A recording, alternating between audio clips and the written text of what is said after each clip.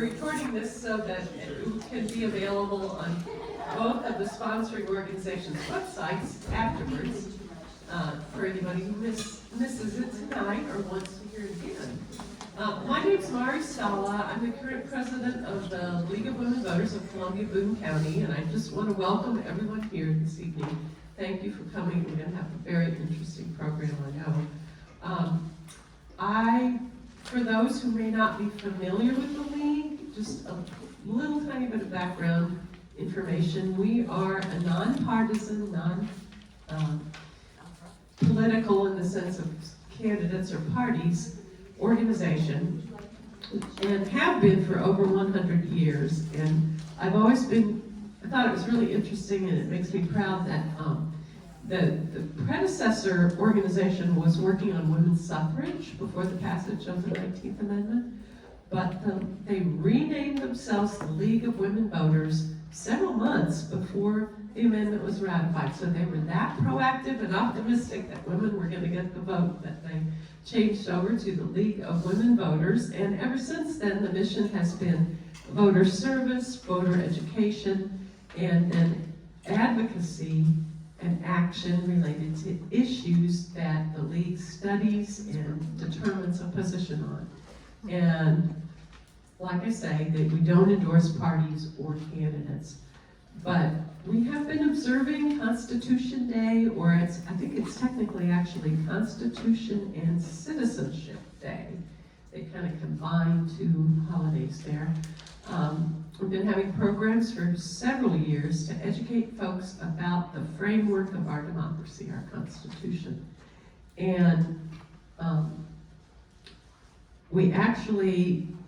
our goal is to have an informed citizenry, have civil discourse, and the history of civil discourse in our country is kind of spotty, as I'm sure some of our speakers tonight will tell. But when you look back, for example, at the bitterly fought election of 1800 between Thomas Jefferson and John Adams, when they were both lying about each other, and there were all kinds of broadsheets and posters and pamphlets circulating with all kinds of interesting information.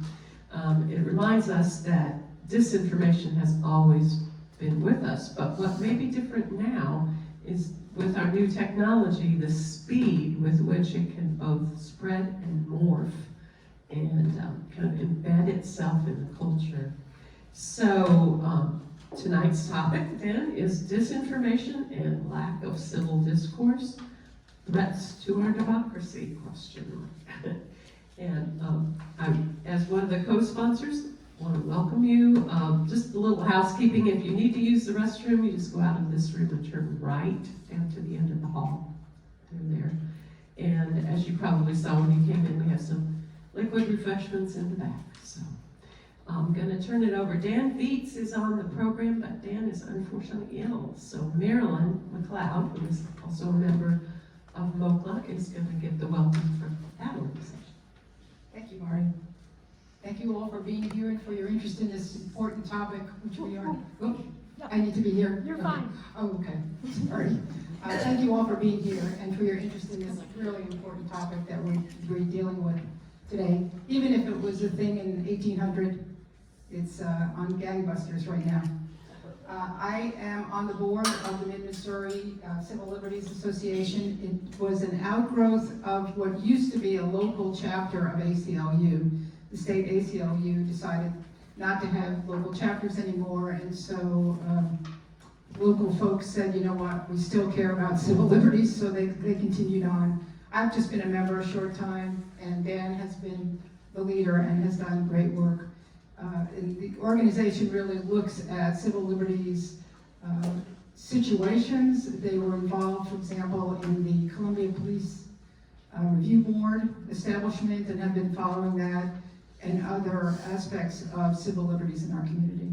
So that's just to let you know about it. Thank you again for being here.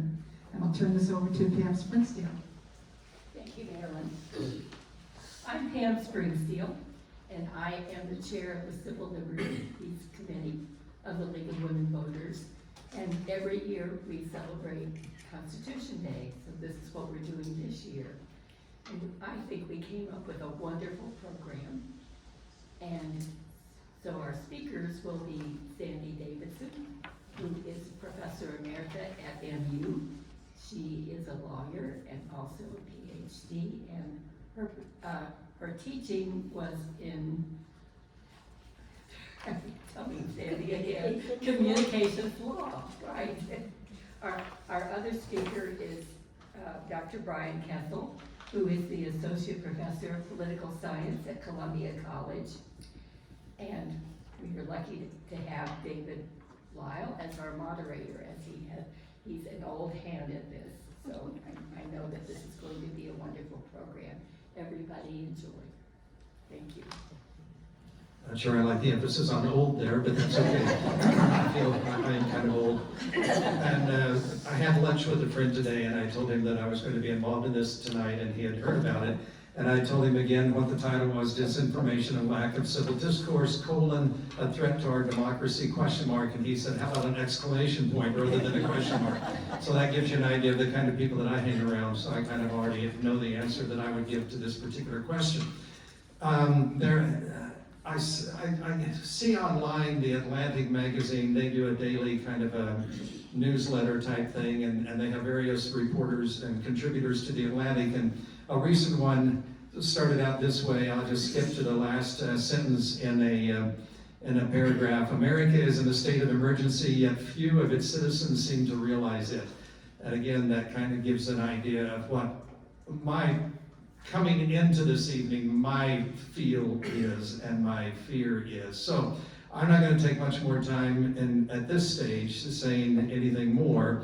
We will delve into the presentations that the two presenters are going to make tonight, and then after that we'll have some conversation back and forth.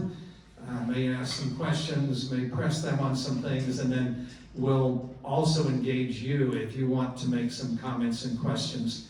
And if you do that, speak loudly so that I can hear. I know we're recording this. I'll try to repeat and summarize what it is that you want our guest presenters to comment on, and then we'll go from there, since I think it won't need to be repeated. Anyway, again, I'd like to thank the League for including me in these events. They're very, very kind, and I like the work that they do, so I very much appreciate the fact of being involved with this. Well, I'd say to my right, Sandy Davidson, why don't you get us started tonight, please? Thank you. I'm going to try with the microphone up like this. Can everybody hear me all right?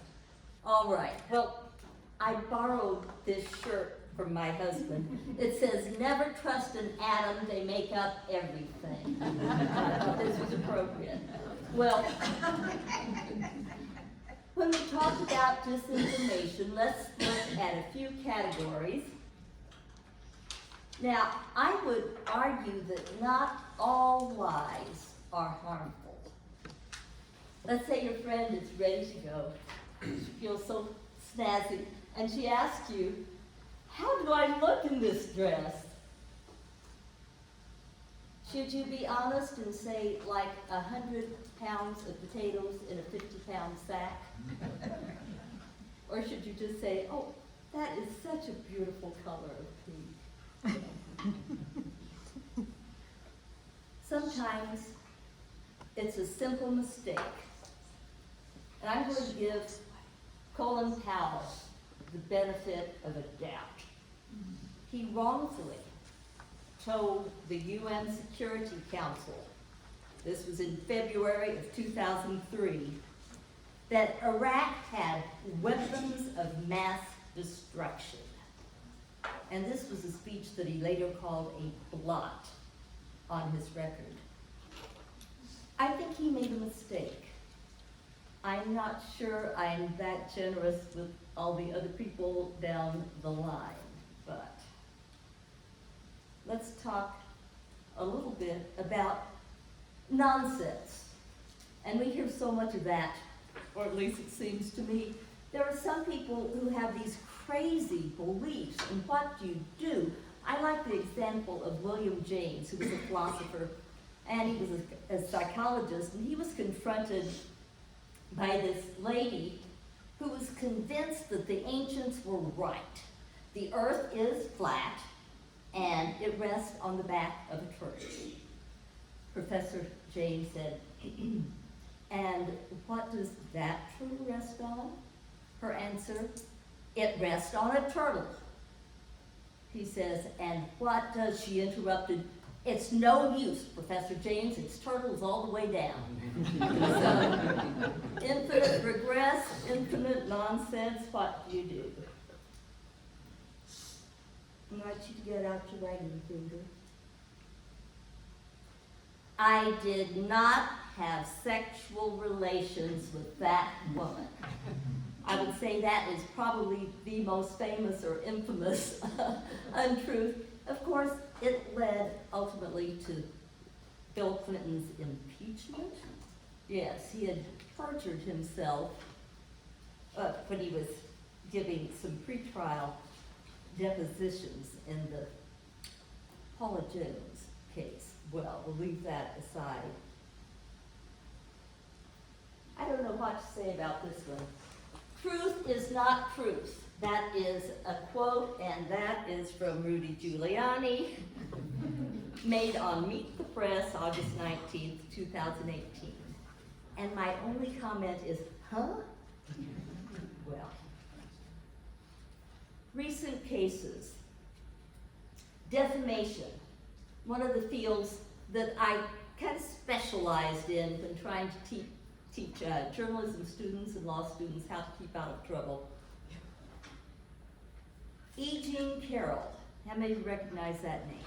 E. Jean Carroll, yeah, won a $5 million defamation judgment against Donald Trump recently. More damages to come. We don't know what that will be. She claimed he sexually assaulted her.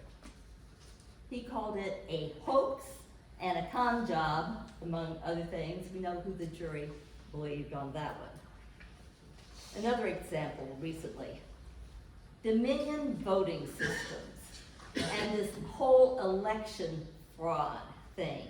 April of this year, a record settlement, $787.5 million. Can you wrap your mind around that?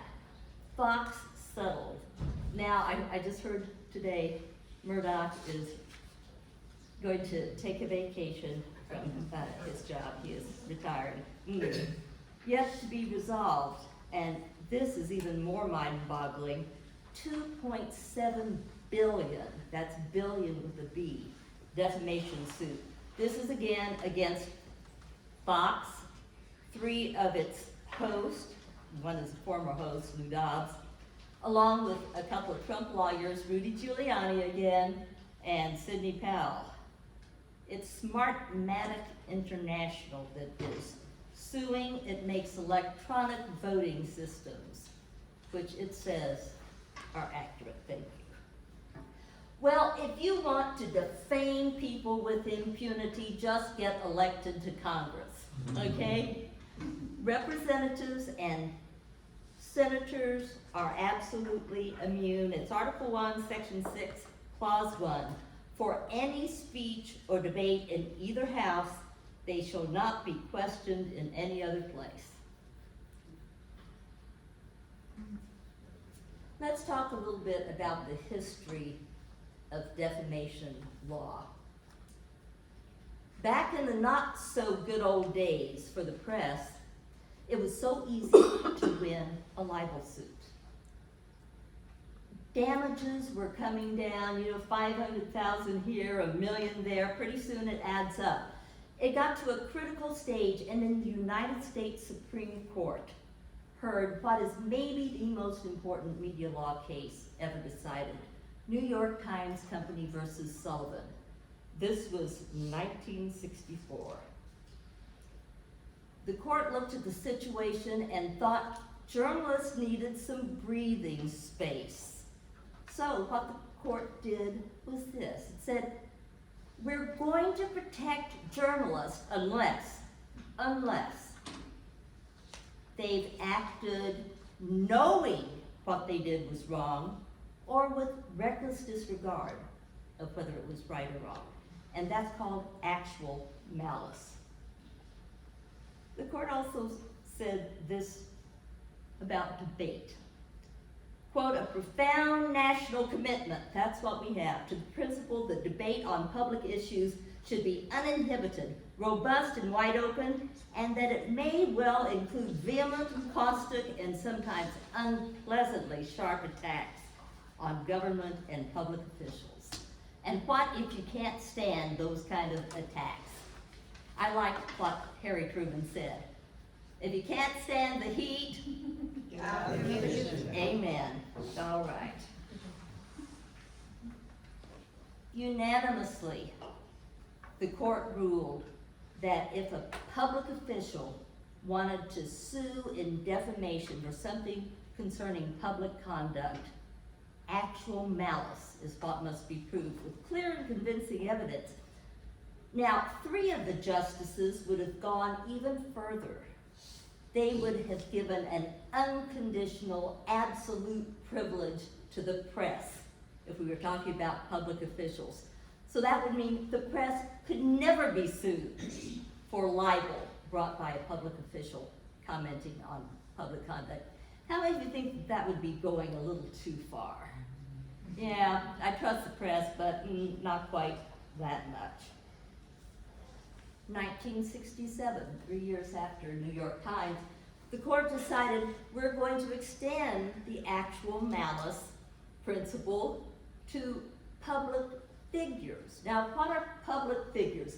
They're people who aren't elected. But the court says that these are people who have so much influence in what happens in this country that we need to, again, give journalists a break.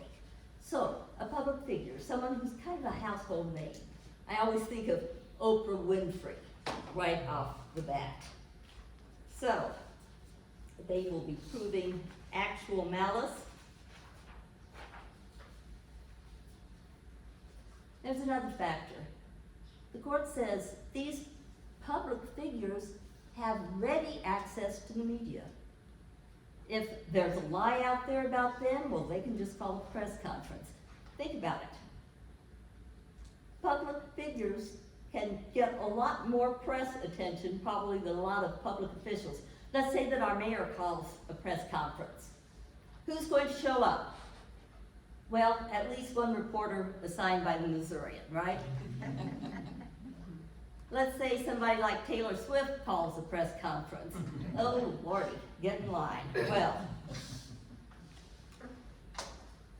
there's an area of protection that keeps on getting more and more press, and I really don't know what to think about this. It's called Section 230 protection. The Communications Decency Act, Section 230. Here's what it does.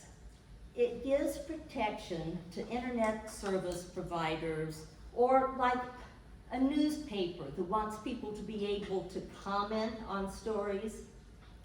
Anybody who opens up to third parties is going to be given protection. The way it was going, the law was developing in the courts in kind of a strange way. If you didn't try to look at what was coming down in your comments, you just kind of wash your hands of it and you let any sewage flow on through, you were okay. But if you tried to screen for content to get some of the worst filth off, then you were a publisher and you could be nailed for libel. Liable for libel. And Congress said, we don't want that. So, Good Samaritan protection, that's what Congress called it. If you are an internet service provider, a newspaper, a radio station allowing comments, you will not be held liable for the libelous content. And there are a lot of groups, a lot of individuals who have really taken advantage of this with really raunchy comments. I'll just mention one incident. 2009, the granddaughter of a former MU coach, was killed in a car accident. The Columbia Daily Tribune ran the obituary, and the comments that followed were so awful that the Tribune stopped allowing comments after obituaries. Sometimes you just need a little bit of responsibility. Well, let's talk about opinion versus fact. If you have your right to your own opinion, that doesn't mean you have your right to your own facts. And the courts have gotten in line with that. The courts say you can't just label a fact as an opinion, say, oh, this ridiculous fact is my opinion, and get any kind of opinion protection. No, the courts see through that. What is a little more difficult sometimes is to draw the line between opinion and fact. There's a test out there that says use 4 factors, and most courts, well, a lot of courts use it. You look at the definiteness of a statement. If it's more definite, it's more likely to be a fact. If it's just kind of loose, like, oh, he's a weasel, then more likely to be opinion. If it's verifiable, more likely, of course, to be fact. You look at the linguistic context. If it's on the front page, you expect facts. If it is on the opinion page, you expect opinion. It's that kind of thing. Last, social context.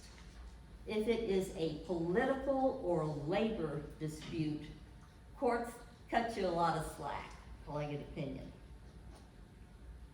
Well, I promise I won't use too many pejorative terms here. I'm going to quote a little bit from some court cases. We do protect pejorative language, and that's what courts call it, or rich name calling, which is part of our cultural heritage, if I could put it that way. And of course, we hear a lot of it right now. For example, I'll go back to 1972. A woman was getting a ticket, and she called the policeman a clown, a big fat ape, a smart aleck, a big fat oaf, and a stupid son of a bitch. That wasn't defamation, the Connecticut Supreme Court said.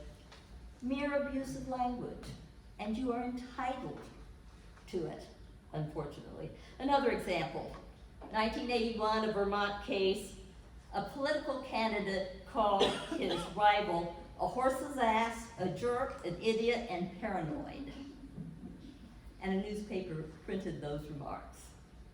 Here's what the Vermont Supreme Court said. The language is insulting, it's objectionable, but it is not libelous. And the court says, furthermore, it reflects more on the user than on the target. So in short, you have a constitutional right to be a jerk. Well, let's talk about truthful information for just a moment. It's not just disinformation that can be harmful. Truthful information can. So what you need is press and individual responsibility in this area. I'll give an example that I would use in class. October 9th, 2003. Columbia Daily Tribune, front page, headline, jury convicts father on 2 sodomy charges. The story gave the father's name and said his 15-year-old daughter testified, quote, I woke up because my father was on my bed with his head between my legs, end quote. Front page, father identified. I guess the little girl was just supposed to dust herself off and go to school. Fortunately, the Tribune now has taken a position that it will not identify the perpetrator if that will identify the victim, and Missourian also follows that policy. Well, one thing I believe in is redaction. What is that? Redaction is you have information, some of which the public needs to know, some of which is sensitive. The public really should not have access to that. It's something, sunshine laws need redaction. I helped Missouri with the language on redaction. The language needs to say that if you have a mixed record like that, you strip out the information you don't want to go public, but you release the rest of it. Without a redaction statute, a government official can say, oh, there's something sensitive in this. You get nothing. Well, redaction. It's something that Julian Assange did not do. Julian Assange, that name ring a bell? Yes. Bradley Manning releasing this treasure trove of information, and out it goes on WikiLeaks. This is 2010. 2011, you have the diplomatic cables. Unfortunately, Julian Assange decided to release those without redacting names. Names of some of the folks who were informants for us, some who were activists in Afghanistan and Iraq. 5 major newspapers, including the New York Times, had been partnering with WikiLeaks, but had been screening the information, had been redacting, had been careful. And then Julian Assange decided, no, he just put it all out.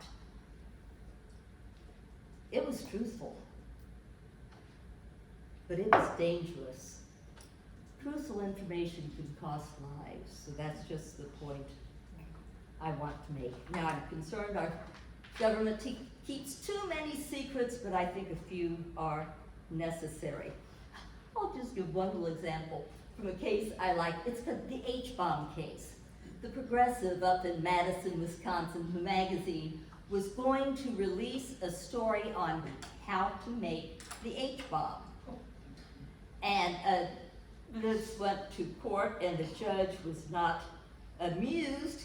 He put a restraining order on the magazine. And here's what he said. A mistake in ruling against the Progressive will curtail defendants' First Amendment rights in a drastic and substantial fashion. Yes, it would shut them down. But a mistake in ruling against the United States could pave the way for thermonuclear annihilation for us all. In that event, our right to life is extinguished and the right to publish becomes moot. So, how do you argue against that? Yeah. Well, but while this was playing out in the courts, some smart student, I believe it was, from Wisconsin wrote a letter to the editor there in Madison. Not only gave the information, but a diagram of how to do it. Oh. At that point, the judge just threw up his hands and, oh, there we go. Well, how many of you spend a lot of time listening to broadcasters? Yes, TV, radio. I'm going to just mention a little bit about broadcast rules. The FCC, the Federal Communications Commission, follows the guidelines that Congress sets in trying to police the airwaves, if I can put it that way. A lot is dependent on us to make complaints that the FCC will rely on. But now, since 1976, the FCC has taken basically a hands-off approach, just kind of washed its hands when it comes to regulating programming. The FCC is saying, let market forces determine what kind of broadcasting we'll have. 1981, the FCC stopped requiring that radio stations keep logs of their programs or take surveys to determine what listeners really wanted to hear. Now, my question is, does this help the stations act in the public interest? I don't think so. But the big thing that happened is the fairness doctrine died. Let's look at what the fairness doctrine was. It required that if one side of a controversial issue were aired, then differing opinions had to be aired. Okay, you couldn't be just all one-sided. The FCC also required that a station devote a reasonable amount of time to these kind of issues. And it wasn't enough to just invite people who had differing views. There was a rule called the seek out rule. The stations had to seek out people who had differing opinions. And many broadcasters hated that rule. But now the fairness doctrine, as I said, is dead. President Ronald Reagan vetoed congressional attempts to reinstate it in 1987. I can't imagine the Congress would try to reinstate it today. But there are still a few rules in play, and very quickly. Equal opportunity and reasonable access. Equal opportunity applies to political candidates. It requires this. If a station allows airtime to one candidate for an office, it does have to allow airtime to all the other candidates for the office, and they have to be real candidates, and that definition fluctuates some. Now, it can be free airtime to everybody or the same low rate. And airtimes have to be equally desirable. You can't have somebody's, prime time and somebody in the wee morning hours. There's some questions of what triggers equal opportunity. I'll just mention 1959, the law was amended. If it's a bona fide newscast, if it's an interview or a documentary, that is not going to trigger equal opportunity. The last really big change I'll mention, 1972, reasonable access. If you are a federal candidate, so you're trying to get elected to Congress, to Senate, or to become president, then you have to have reasonable airtime. There may be no censoring of these candidates' ads. So if they want to air false information, it's just hold your nose and air it if you're a broadcaster. And you can't shift it to the so-called safe harbor hours, that's 10 p.m. to 6 a.m., when it's okay to air indecent material. There was an example coming out of Georgia. This candidate wanted to air a very graphic anti-abortion ad. It showed the procedure and all. And the trial court said, that is indecent, it's patently offensive. Children could understand this. Just shift it to the 10 p.m. to 6 a.m. hours, but hold the phone.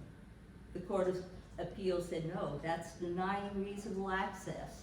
Everybody has to have a fair shot at equally desirable times.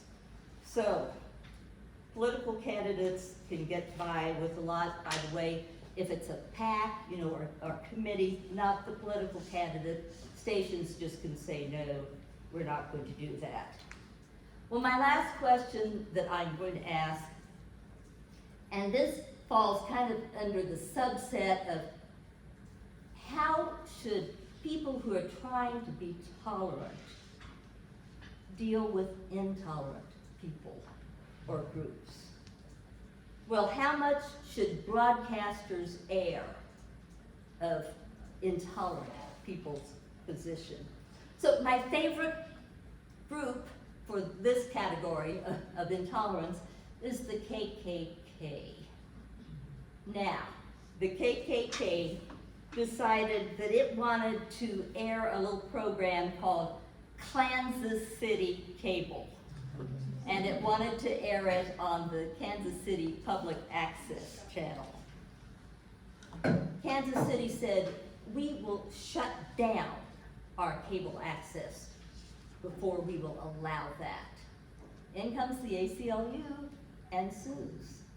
And here's what the judge said. Kansas City, you do not have to have a public access channel. But once you do, you can't shut it down because you don't want to air somebody's viewpoint. That's viewpoint discrimination. So, April 1990, the first installment of Kansas City cable spelled with a K, aired. But I always say not to worry. The grand wizard, lizard, dragon, whatever he was, Tony Bastanzia of the KKK had this to say. Derogatory terms like the N-word, honky, spook, and cracker may be used, but we won't allow any profanity. Isn't that a relief? No profanity. Thank you.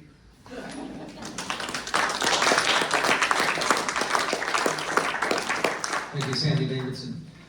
I just want to make one comment about the fairness doctrine. I worked at the radio station KFRU for many years and did a lot of interviews, and sometimes I'd express an opinion, and it wasn't an opinion that people liked, so I would get people to call up, and this was since the fairness doctrine had gone away, and they would say, well, when are you going to give the opposing viewpoint? When are you going to have an equal time for somebody else? And I laughed at that for one thing, because I knew I didn't have to doing the job that I was doing, and the other thing was, they didn't complain about the fact that Rush Limbaugh was on from 11 to 2, never giving an opposite viewpoint. I just wasn't giving their viewpoint that they wanted to hear in that particular issue. So it was kind of fun to relive sort of that moment, thinking I received many a call about people saying, you have to give equal time, you have to give an equal opportunity. But in the context of what I was doing, no, I did not, and neither did Rush Limbaugh.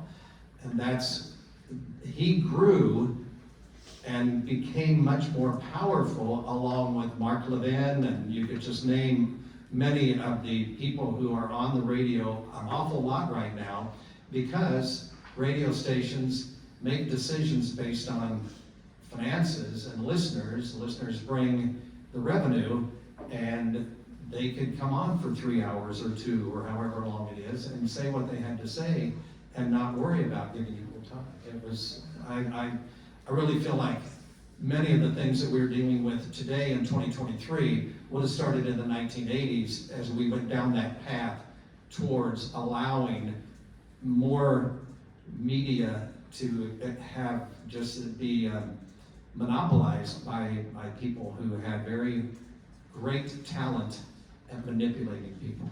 Anyway, should I give equal time to somebody to say the opposite of that? I will give time right now for Brian Kessel to welcome him and hear what he has to say as we take this topic tonight. And I'm going to move so I can see your slides differently. All right, thank you. So I'll start out with a quote. There is still some memory of a strict code of politeness, but no one knows quite what it said or where to find it. That sounds like our present day, but that of course was said by the famous French observer of American politics de Tocqueville back in 1830. So incivility is nothing new. Our introduction mentioned the famous race between Jefferson and Adams, in which Jefferson was called a mean-spirited, low-life fellow, and it only seems to get worse from there. The election pitting John Q. Adams against Andrew Jackson was a particularly virulent campaign. Jackson's wife was even called a prostitute, actually worse language than that, by his opponents, and he attributed her early death to those attacks. So mean-spiritedness is nothing new in American politics. That doesn't necessarily make us feel better about the current situation. And some political scientists have looked at this issue to try and figure out, well, how do we decipher this process? And a couple of people have noted that these periods of incivility seem to come in cycles. And so we have worse periods and better ones. In the past, usually around sort of critical elections that were particularly divisive. So the 1820s, right before the Civil War, and even after some of those elections that are the mean-spiritedness is pretty high. If you go to the Lincoln Museum in Springfield, Illinois, they have a room there where they have political cartoons and headlines and things from the election of 1860. And it's pretty shocking to see how hostile a lot of that material is. So this isn't new. Both these authors noted when, the cyclical nature of incivility was that our current state of incivility, which started in the 1980s, I'm going to come back to that, wasn't really about a particularly divisive election or realignment of politics. And in fact, this period of incivility has stuck with us for quite a while. And their argument was that maybe this is a permanent feature of our political environment, in part because of the media landscape that we have now, and in part because of the greater polarization of our politics, for which there seems to be no end in sight. Also, maybe we could say a couple quick words about today's media environment. Now, if you're from my generation or before, you might remember that 5:30 at night on all three networks, you had the evening news, and that's what people watched. You had your major newspapers, of course. All those media sources, had gatekeepers in a sense, right? They had editors who would, vet stories. And so we had kind of a common set of facts and understanding what was happening in the world. Of course, we don't have that today. The plus side is we have more information at our fingertips than we have ever had in human history. We can all pick up our phones and ask any question and get an answer. That's marvelous. On the other hand, we don't have those gatekeepers. Whether again we're talking about editors or librarians to help us interpret this information and understand what's accurate and what's misinformation or disinformation. Okay. So we have this opportunity, but it also puts a lot of responsibility on us to know what we're actually looking at. We also have all these different opportunities to get information. So it's very easy for us to find sources of information that we agree with, and to find ourselves in an echo chamber where we only hear voices that mirror our own. And of course that propels us to more extreme views when we only hear those same voices that agree with us. Let me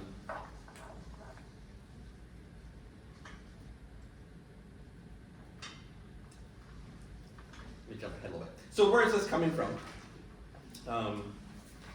Incivility in some ways isn't really the cause, it's really more of a symptom. And a lot of people sort of trace this as a symptom of the growing polarization of our society. In other words, the parties and citizens are becoming more divided politically, both in terms of substance, disagreements on policy, but then also in terms of what we call affective polarization, which means our dislike of the other party is going up. And so this is just a graph showing polarization in the U.S. Senate and the U.S. House of Representatives over time. And if you look at the earlier years, 1970s, you can see there's actually quite a lot of overlap in the middle between the most conservative Democrats and the most liberal Republicans. But you can see how that changes over time to where we get to the present, where there really is no overlap between representatives of the two parties. And in fact, on the Republican side, we see a pretty strong moving to the right. So there's not a lot of common ground there. So you see polarization at the elite level. And we also see polarization among average citizens as well. And so here's survey results of trying to measure the ideology of Democrats and Republicans. And again, comparing the 1990s to 2017, you can see increasingly moving apart. And I always find this one interesting. One of the top reasons why you might reject a dating partner today is their political affiliation. And so here in this poll, you can see from 2018 that they asked people, how upset would you be if you married somebody, if your son or daughter married someone from the opposite party? And you can see that about 35% of Republicans and about 37% of Democrats would be very upset or somewhat upset. And so we actually see increasing marriage polarization. Fewer and fewer couples are getting married that have differing political views. And so we can trace some of this incivility in politics to this greater division in society. Let's see. Well, I guess I forgot to put one. I was going to show you another one that showed a feeling thermometer, basically asking people how warm they feel towards their own party and how cold they feel towards the other party. And people have always felt pretty warm about their own party, but the amount of coldness towards the opposing party has just gotten dramatically higher. So today's partisans feel good about themselves, of course, and very, very low about the other party.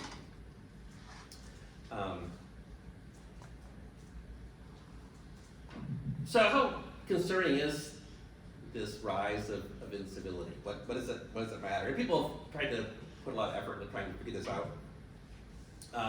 Definitely there's concerns that this incivility and polarization contributes to less trust in politics, less trust in institutions.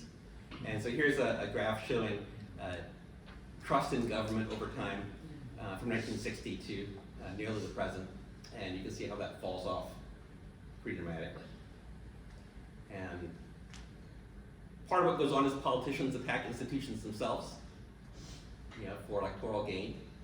Everybody in Washington is corrupt except me, and send me to Washington and I'll fix it. So of course, the more recent deep state is out to get me, perspective of President Trump. So maybe no surprise that trust in institutions has gone down. And the media contributes to this too. Really, since the 60s and 70s, we see much more negative coverage in the news than positive coverage. And that's based on the perception that negative news sells, and that viewers would be more attracted to negative stories. And here's a breakdown. This is just 2021, 2023. And you can see the pretty low levels of trust in institutions, and falling trust even in that short period of time. So people have less trust, less belief in the legitimacy of government, less respect for opposing views in this uncivil time. And if you have less trust in institutions and less faith in the legitimacy of institutions, then when you lose an election, maybe you don't accept the results. And of course, we have seen this. If we are uncivil towards people of the other party and can't get along, then we don't want our elected officials to compromise. In fact, so got to stand up for our views, and then you have gridlock and nothing can get done. So those are some of the concerns that have gotten raised in terms of being more of a threat to democracy. And of course, bad actions, right? If you hear misinformation and believe it, maybe that means you storm the Capitol because you think the election was stolen. Or you don't get a vaccine because you believe that 5G technology is being injected into your veins. We know that measles cases have been on the rise because people have less trust in vaccines in general in these years. So misinformation does have real life negative outcomes.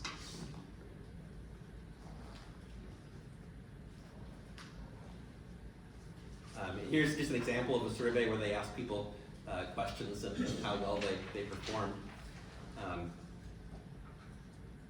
Again, very partisan and polarized, right? So people believe good things about their own party and bad things about the other party. And so Republicans are likely to believe in conspiracy theories about Democrats, and Democrats more likely to believe in conspiracy theories about Republicans. But it's pretty shocking how many people got some of these basic questions of fact incorrect.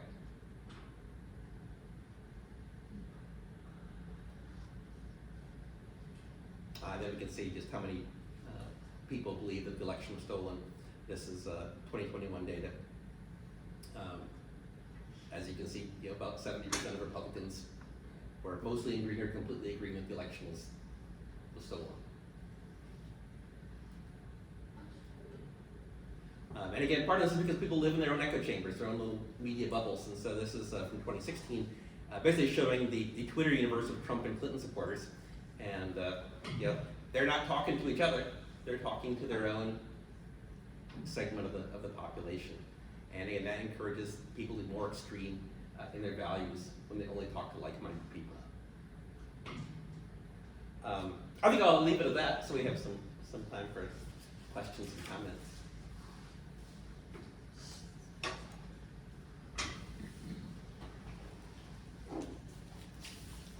Well, before we go any further, what's on your mind? You've heard these two presentations. I've got some thoughts that I'd like to ask them about, but what's on your mind as an audience today? Ryan, go back to your first slide. And I'll start with the... I would just like to acknowledge all of the young people who are doing CP. And how grateful I am that you are here. Because it's very important what's happening in our country. So, thanks, Stick with us. I'll follow up with that. She's acknowledging all the young people here, and I understand that some of you are in Dr. Kessel's class, and hey. Let's just be blunt about this. I think he bribed you with maybe some extra credit, but let's forget that, and let's say that you chose to come here on your own. So young people, and you know who you are, you're the ones that are not having gray hair or dyed hair. You tell us how important these issues are for your generation. So who would like to make a comment? You didn't know you were going to be put on the spot, and the door's not locked, so you can run out if you want to, but don't. Sure.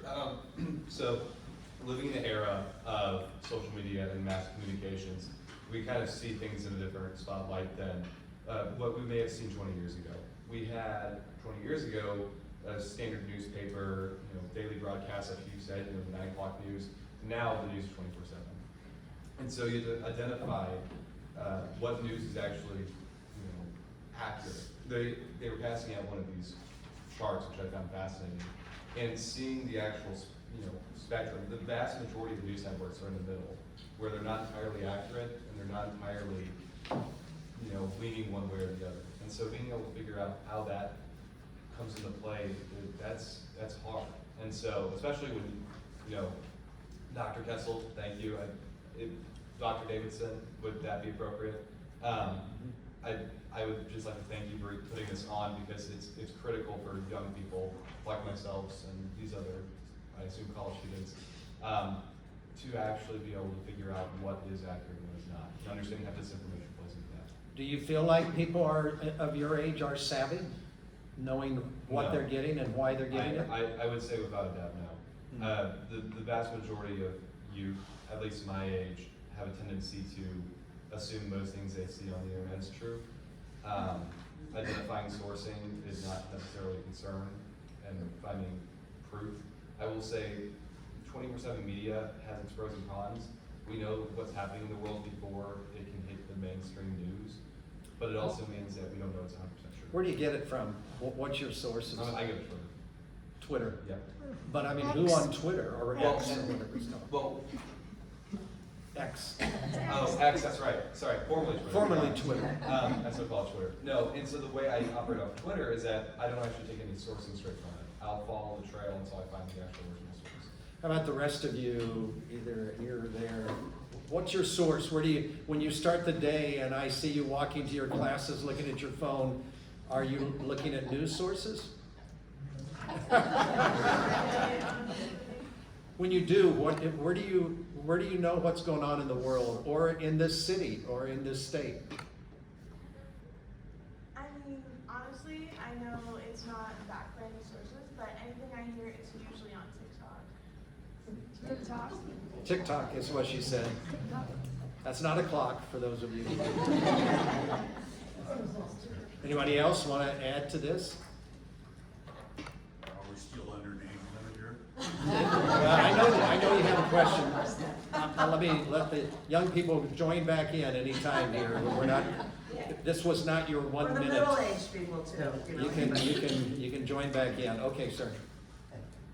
I have a question for any of you. Do you perceive or acknowledge a point where this division began? Like we're in right now, a point or even a person that started?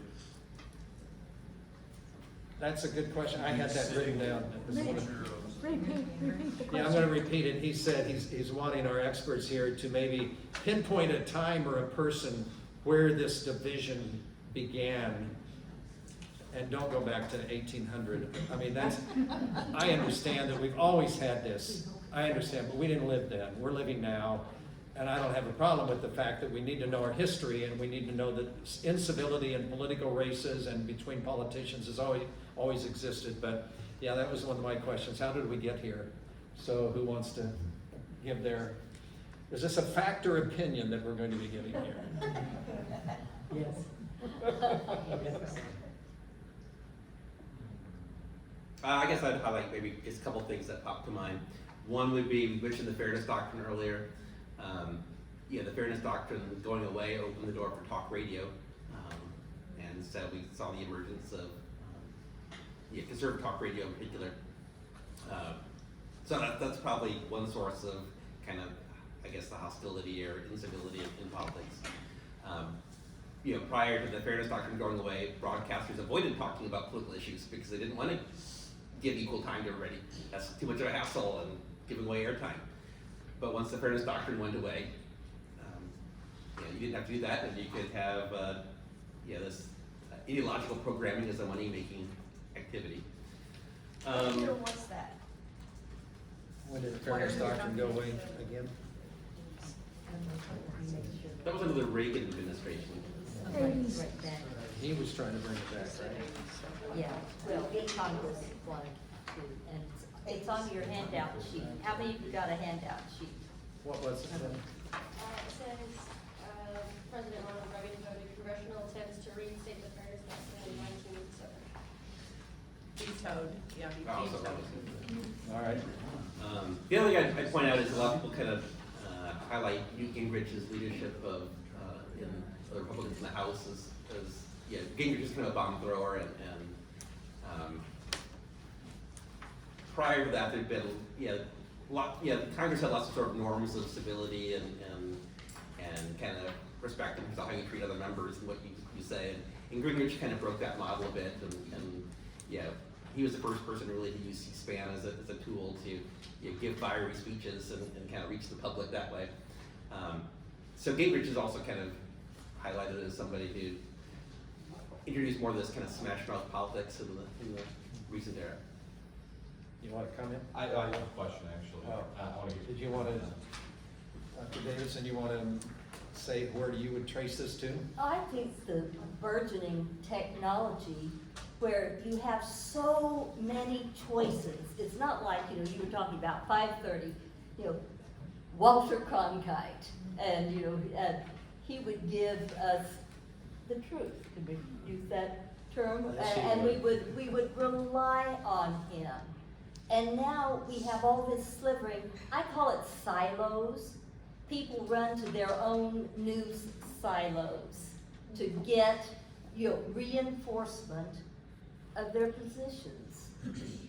And I think having these choices, in many ways I'm pro-choice, but this is a situation where if you don't want to listen to the other side, you can still have a lot of media. You just go to your silo and there you are. You're not going to hear anybody who contradicts you. I try to graze across the ideological airwaves. How many of you do try to graze? I will admit that some of it, 15 seconds, I would say, is about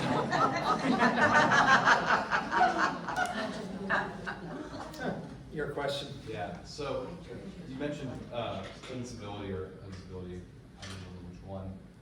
But when it comes to that, especially in the chambers, you know, whether just Congress, but particularly the Senate with decorum, and we're seeing this lack of civility starting to form. Recently, they passed a rule which essentially stated that they no longer had to wear formal attire on the Senate floor. And so we're seeing what could be argued as a regression in decorum. And if decorum civility, are we saying that, you know, this correlation of this language being brought onto the floor, decorum decreasing, is this possibly a part of the polarization of society? I'm curious in that regard. It's a oddly worded question. I don't know if the change in dress code really is really connected to like This is civility in general, that's just. Yeah, some people are saying it's a nod to you know, younger legislators who have more informal styles of dress than yeah, older ones, or maybe even a nod to John Fetterman, who's famous for his hoodies and shorts. That was just an example. My main question is more about the actual decorum, so the speech they use, and we're seeing that kind of regress. And so the language we're using on the floor is much more volatile. And I mean, clothing is just an example.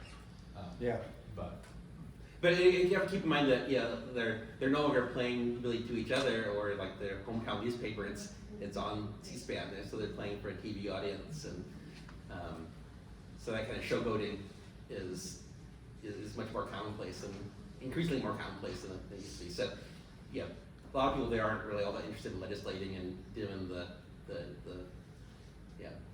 detailed work of politics. They're making a name for themselves and being a celebrity.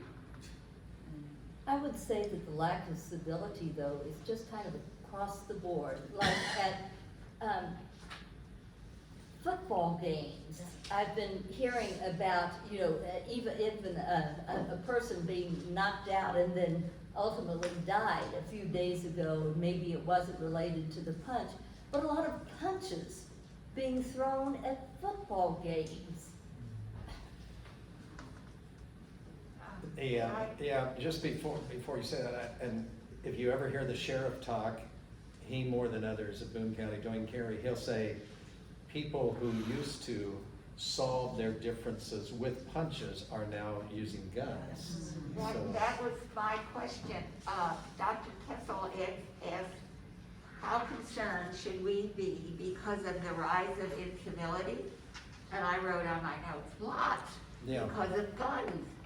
That concurrent change in how we do not register guns anymore and follow and allow wars of weapons of war to be carried on the street. How many of us have heard of stories that might involve guns? I read one earlier today about two kids in a car that were recording their drive, and they intentionally came up and hit a cyclist from behind and killed the man. He was a retired police chief. How many of us have heard of stories where young people, though, record and post this stuff? It's like people have this mindset, young people, I guess, I don't know of old people doing this, but well, I want to share this with somebody, or I want somebody to see this. How do we get to that point where people think, well, it's a society where I can show myself doing this? And there are repercussions, I believe, in most cases, but it doesn't get through that, you know, maybe this isn't right. I'm sorry. That bothers me, because I think that it is sort of what we're talking about. Okay. I'm wondering, and I would like to hear kind of from the younger people about whether anyone is teaching you to be skeptical of what you find on the internet. You know, when you read something on TikTok, how do you make a judgment about whether that's true or not, or who you want to follow, who you want to believe? And is that taught in schools, or are parents? She wants to know how young people are, whether they're skeptical about what they're seeing. I saw you shaking your head right back there. Do you want to answer that for us, please? I don't think it's really taught. I guess it just depends. We had a teacher like 2 or 3 years ago who actually showed us this chart before. Really loud. We had a teacher a couple years ago that showed us this chart before, but she's the only person who's really brought up like biased channels and things like that. So, like, if we saw something on TikTok, I would just look it up after and look at different sources to see if it was real. Or like if other people were talking about it. I can address this a little, having taught at the School of Journalism and the School of Law. Yes, we do teach sourcing. If journalists have got sources that aren't accurate, then the newspaper or broadcaster can be sued. And if a lawyer comes up with sources that are inaccurate, we just won't talk about what a judge can do to the lawyer. So, there But are for the general classes. population, But- aren't journalists or lawyers? I believe now that I have heard that even in some high schools, they are trying to teach a little bit about, media savviness. Did any of you younger people get introduced to that? So I'm from Southwest Missouri, kind of like Joplin, Springfield area. I grew up in a really rural, small town, and we did get taught that when, especially in my English classes, just researching where you're at, where you're getting your sources. We actually had teachers who showed us which ones not to listen to. So like, can't remember what it's called, like The Onion. She showed us like, make sure you're looking at what your late names are, things like that. That would be really good. She says that they were taught in her high school, mostly in English class, to understand your sources. Who are they? Where are they coming from? Marilyn, you have a question? Well, this is a little off track now, but That's every all day right. I get emails, I cannot tell you how many, asking for money. It's candidate after candidate, and their letters are always full of lies. They're accusatory, they say the most outrageous things about who they're running against, and then it always ends up, give me money. So it's like they spend their days, it's about money. Well, that's what a lot of That's the- part of this whole thing too, I think. A lot of the politicians, if you talk to them that are elected, what frustrates, I think, a lot of them, and some of you might know this better than I, is the amount of time they have to spend to raise money. Yeah.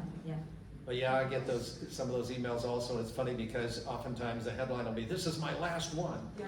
Until tomorrow. Anybody? I think that's a general point about misinformation more broadly is that people spreading it often have a financial incentive behind it. So, conspiracy entrepreneurs is a term I've heard. So people like Alex Jones who, spread these wild conspiracy theories while hawking his wellness products and things and making millions. Or even certain people in the wellness community online who, were making money talking about unorthodox COVID treatments and things like that. So it's not just people actually maybe not mostly people spreading misinformation for their own enjoyment or even political things, but often for financial reasons. For profit. A lot of the fake news that, like really major fake news headlines that came out around 2016 or so, were people in places like Macedonia who really had zero interest in American politics or who won, but making eye-catching clickbait headlines created ad revenue that made them a lot of money. I see you, but I'm gonna go to her first. Go ahead. Well, I just want to say one thing about money. I have seen just devastation of newsrooms, including, Pulitzer Prize winning journalists that have been turned loose, and the number of foreign correspondents just cut and cut. I won't mention a certain local newspaper that was bought out and all the cutting that went on there. But if you cut off the people who are trying to find out the information, you start having a problem. And a lot of the things that we read, if you trace them all back, there'll be so few sources. We used to have more people who were trying to gather the information, and you just can't make up for what we've lost. Your point is really a good one. I'm glad you brought that up. And then the other thing is that the reporters who do remain, they're pressured to use social media to immediately give out, and they don't have the time to do what you just described, which is deeper. This woman right here. I was just going to comment on Marilyn's comment as well. Another thing that's infuriating to me is I get literature from what looks like a legitimate organization, and there's a survey, and all of those questions are so oriented toward the answer that they want, and then they turn around and call that a survey or a poll and report the results. And I mean, we've become very, very good at writing surveys that are not reliable and verifiable in any way, but we're using that information to say this is what the population feels. Yeah. They're called push polls. Push polls. I'll come to you, sir, but ma'am, over here, you. Oh, I just was thinking that even without the fairness doctrine, and I was really sad that you said it's never coming back. I hope that it will someday. But as I look at this chart, I see like a lot of familiar places in the middle, ones that I recognize, and fewer out here. And I'm wondering, and also with reference to the issue of money, that, journalists or media organizations are in the same boat, right, where they're trying to make money. And so I'm wondering, and I'm not a huge supporter of just letting the free market go, but I wonder if there's some incentive, in some sense, to remain in the middle, because if you get really fringy out here, your audience drops off. You follow me? If you remain in the middle, then you can get the largest amount of the market, is what I'm thinking. So I was hoping maybe you could comment on, in terms of what Dr. Kessel was showing in the beginning, that we're becoming more and more and more divided. Shouldn't there be a push for the middle with regard to the media, just in terms of the overall market? I hope I'm making sense. I'm wondering if maybe there are a lot of contributors on the extreme fringe. I'd want to see some information on who really gets out there and contributes. I do want to say that in ways the genie is out of the bottle when it comes. Everybody expects to have free information. And now on the internet you'll see, the New York Times, please pay $1 a week. I subscribe to The Guardian. But, we used to have people making their contributions for that paper to be delivered, and now the expectation seems to be free delivery on the internet. So I think that's a real problem. But even in terms of ad revenue, if it's free, you follow me, it still should.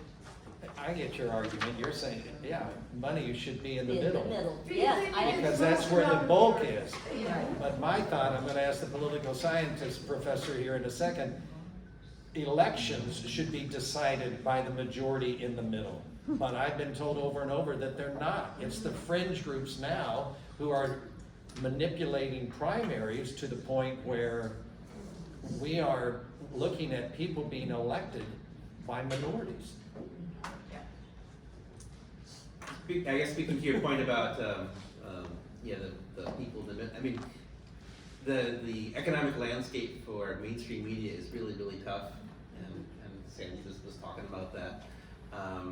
Hardly anybody has figured out how to at least newspapers have figured out how to sort of monetize this new environment. And so if you look at newspaper readership and the number of newspapers that have closed, like hardly any city has more than one newspaper anymore, and many don't have any at all.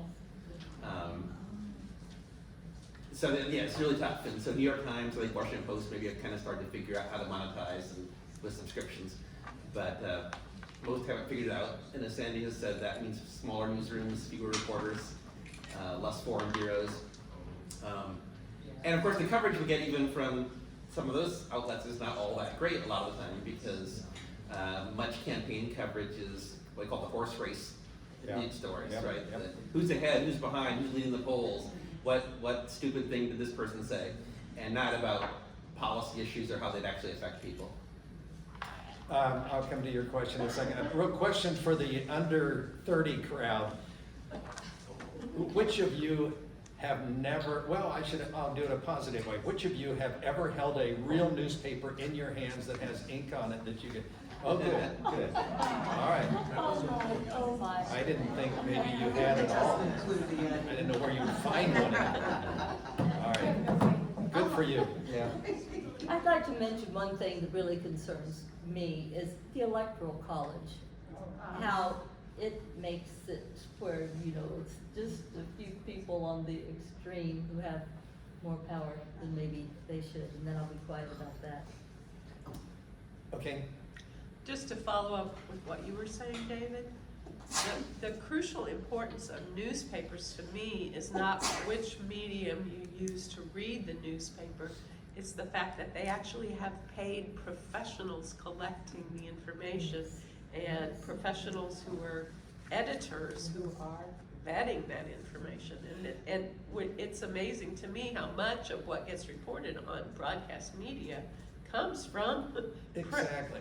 And traditionally even press organizations. Even the people that criticize, like the New York Times or Washington Post, they use them as sources. Right. All right, yes, sir.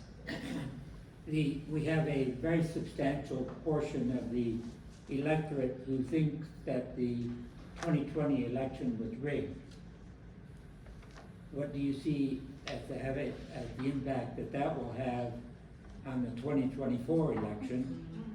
Will that be the last presidential election we have, or what? I know, it's scary to think that, you know, the scary thing is, will it become a norm for losing candidates to claim fraud? 2020 is the first time a presidential candidate lost and did not concede the election. So yeah, we definitely don't want to see this as a norm. I think it's really incumbent on members of, well, in this case, you know, members of the Republicans to step up and say that was a free and fair election and Trump lost. Unfortunately, a lot of them have a hard time doing that. But if we're put in a broader sense of thinking, how do you talk to people who believe misinformation or disinformation? One of the stronger approaches is to have people from their own side giving them that message. That's why it's really important for other Republican leaders to say, yeah, Trump lost, because they're not going to believe Democrats who say that, or the mainstream media that says that, but they might be more likely to hear that message from someone from their own side. Mitt Romney's book coming out, and you know, there have been excerpts that have hit the news, and he's an outcast. He's not going to run for re-election. I understand part of that is because of his age, and good for him to recognize maybe younger people need to be elected in. But what he has said to the person who's written that book is that he was alone.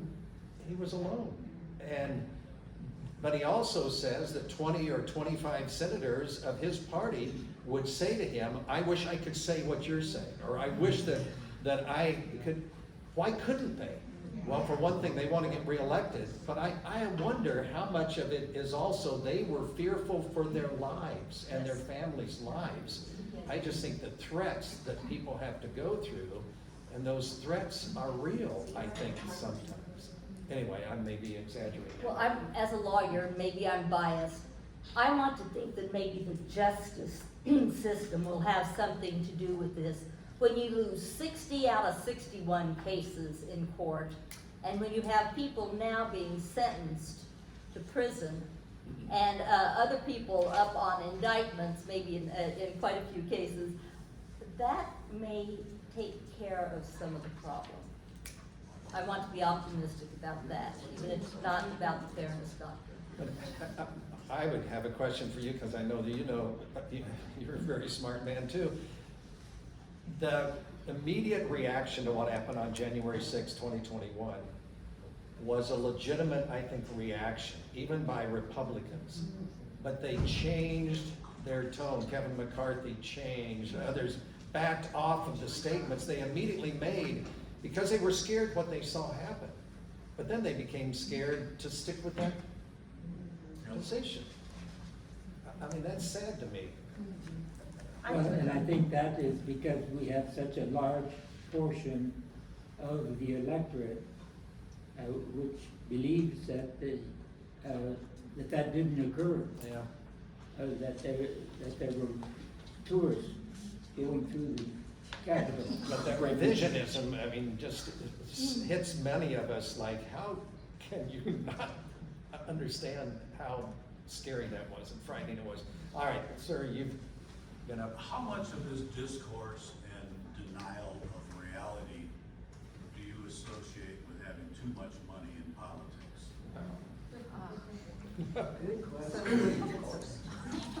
He's asking, his question was about money in politics and how does it play a role in Some of the, these people have been elected, they've not been elected to build anything.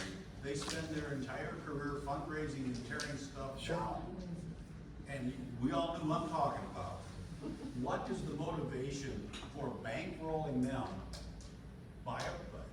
getting their bankrolling from a party, from the RNC, to put them in office? Is that as a diversion? Are we trying to make people think that Walmart is now a person? You know, what? we're supposed to end in 5 minutes, so we'll solve all of these issues within the next 5 minutes, but a reaction from our experts here, please. Could we mention education? Yeah, Well, academics We and haven't science. talked about education, and I know, David, you and I both go back to, you taught freshman English I at one did time, teach as I freshman, did. or And sophomore. we taught this stuff in freshman English 50 years ago. But what has happened in the last 50 years in education with social studies and what we've done to force teachers to do this and this and this and this, but they don't have the time to do what they should be doing with that. Well, experts, what comments would you like to make here? You know, and I have an article here. I'm bad at bringing articles to these events, and one of them is that there is a movement to, and they're taking comments now from the Department of Elementary and Secondary Education, I think in the state, about whether they should teach sort of how to get along with people. And that is now a lightning rod to some critics. But they're not trying to teach them policy issues or positions to take, but just I think the categories are me, we, and I can't remember what the third one is, but the others, or community, or something like that. And so they're saying, can we do that? Well, some school districts are already being mobilized to say, I want the opt-out option of that. But I think that you're right. Okay, I'm sorry. Any comments here? Two things I wish that we could get, and I'll just restrict this to the experts up here in the front. So in the courts right now is the decisions, and they've gone through an appeal, and then they've had a partial decision that the Biden White House should not be able to meet with social media companies to say, you know, we would appreciate it if you restricted false comments in regard to COVID-19 and maybe other things. Well, the courts are now basically saying they're kind of split. The most recent one, I think, was earlier this month. Fifth Circuit U.S. Court of Appeals ruled that the Biden White House, top governmental health officials, and the FBI likely violated the First Amendment by improperly influencing tech companies' decisions to remove or suppress posts on COVID-19 in the elections. It goes back to what we were talking about, truth, and what's true and not true, factual and not factual. It seems reasonable to some of us to think that if you want to have a discussion about saying some of these postings are not doing us any good for democracy, that would be okay. Well, not doing any good for everybody. Yeah. Comment? I hope that the courts will come down on a First Amendment position that says that the administration or anybody else should have the First Amendment right to express viewpoints on what they consider factual or not. I cannot see restricting speech. That just shuts off the conversation, and I think shuts off any hope of spreading truth. Right. I'm a firm believer in fact checking and social media companies taking some responsibility for what they put on by employing fact checkers. It was kind of disturbing when the Facebook whistleblower came out on last year or so, talking about how Facebook had kind of dismantled their unit that was trying to police some of the political disinformation on there. But so there's always a balance, right? You don't want government telling social media companies what to do or what they can or can't put on. So yeah, it's a balancing act. Finally, then, one of the other things that I know circulated from the League of Women Voters to us before tonight had to do with the 13 presidential libraries that got together and all issued a statement recently. Part of that statement said, civility and respect in political discourse, whether in an election year or otherwise, are essential. And so that's one of the topics here, civility and respect in political discourse. My immediate reaction was good, but then I started to have some second thoughts about that. And then earlier this week, I read Jennifer Rubin of the Washington Post, and she expressed in better words than I could why I had some reservation about this. She said, the recent letter does not merely fall short, it contributes to the moral fog and dampens the defense of democracy. It marks a step back from those instances in which presidents of both parties rose to the occasion in defense of the rule of law and democracy. The failure to recognize that the danger has not subsided should be deeply troubling. So I just think, boy, these things are around us so much every day. I'll make I know it's 8 o'clock. Let me just end with something that I read in the obituary for Al Price. Anybody know Al Price? Yeah. Did you read his obituary? I thought it was pretty neat. I'm not a Rotarian, but maybe we should all pledge what the Rotarians pledge as their 4-way test. Any Rotarians here? You know what the 4-way test is? Oh, sure. Is it the truth? Is it fair to all concerned? Will it build goodwill and better friendships? Will it be beneficial to all concerned? If we, and if the media, and if politicians, and if our agencies tried to do that, is it the truth? Is it fair to all concerned? Will it build goodwill and better friendships? Will it be beneficial to all concerned? We wouldn't have had this thing tonight. League of Women Voters, thank you.